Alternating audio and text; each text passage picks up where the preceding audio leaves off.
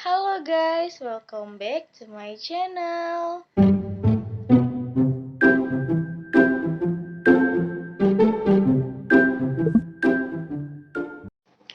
Bismillahirrahmanirrahim. Assalamualaikum warahmatullahi wabarakatuh.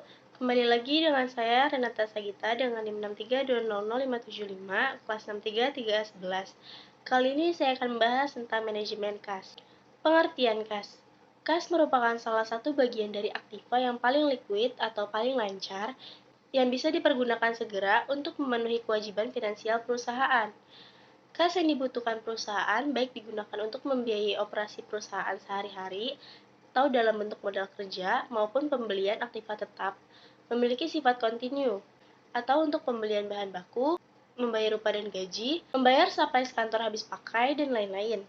Dan tidak kontinu, misalnya untuk pembayaran dividen, pajak, angsuran hutang, dan sebagainya. Ada beberapa macam aliran kas dalam perusahaan, yaitu aliran kas masuk atau cash inflow dan aliran kas keluar atau cash outflow.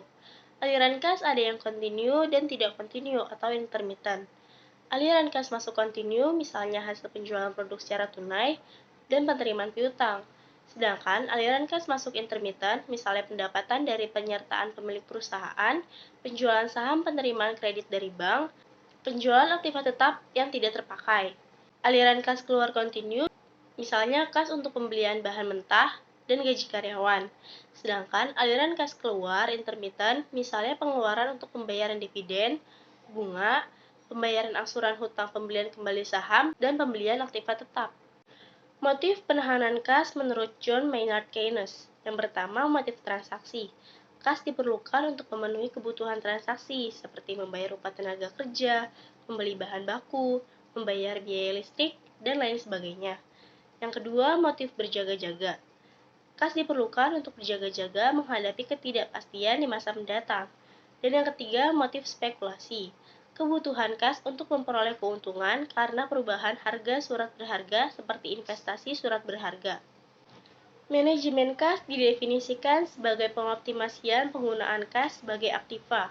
Hal ini berarti tidak boleh terjadi kegagalan pemakaian kas dan pengawasan terhadap posisi kas.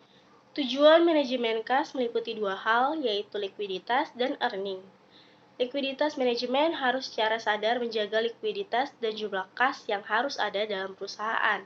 Sedangkan earning tiap pengeluaran perusahaan harus diarahkan untuk mendapatkan kemungkinan hasil yang lebih besar dibandingkan dengan kas yang dikeluarkan. Selain itu, manajemen harus menjamin pembayaran dilakukan secara ekonomis. Perencanaan kas. Aspek utama perencanaan kas adalah penyusunan anggaran kas. Manajer harus menyiapkan daftar kegiatan untuk menimbulkan kas atau pembelanjaan dan kegiatan menggunakan kas atau pengoperasian dan penginvestasian, atau membuat proyeksi cash inflow, cash outflow, dan balance atau saldo. Kas bersumber dari yang pertama hasil penjualan tunai dan penerimaan piutang, yang kedua penjualan aktiva tetap, yang ketiga penjualan atau emisi saham atau adanya penambahan modal oleh pemilik, dan lain-lain. Faktor yang mempengaruhi besar kecilnya persediaan kas. Yang pertama, perimbangan antara cash inflow dan cash outflow. Yang kedua, penyimpangan terhadap aliran kas yang diperkirakan. Yang ketiga, adanya hubungan finansial yang baik dengan bank-bank.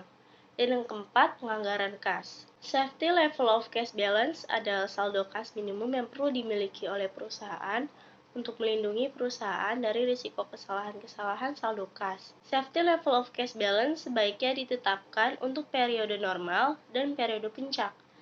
Periode puncak adalah periode di mana kebutuhan akan kas memuncak. Rumusnya, safety level of cash balance adalah jumlah hari yang diinginkan dikali rata-rata harian pengeluaran kas. Contoh soalnya, perusahaan Maju Jaya menetapkan bahwa safety level of cash harus cukup untuk menutup pengeluaran selama 7 hari. Pengeluaran kas rata-rata sehari sejumlah 600.000.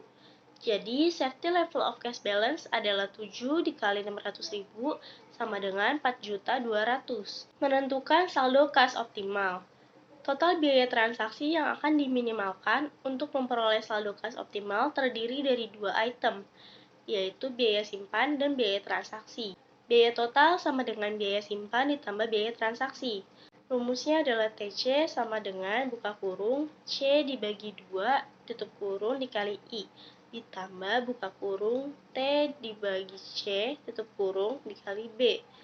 C sama dengan buka kurung 2 dikali B dikali T tutup kurung dibagi I pangkat 1 per 2, di mana C merupakan saldo kas optimal yang akan kita cari.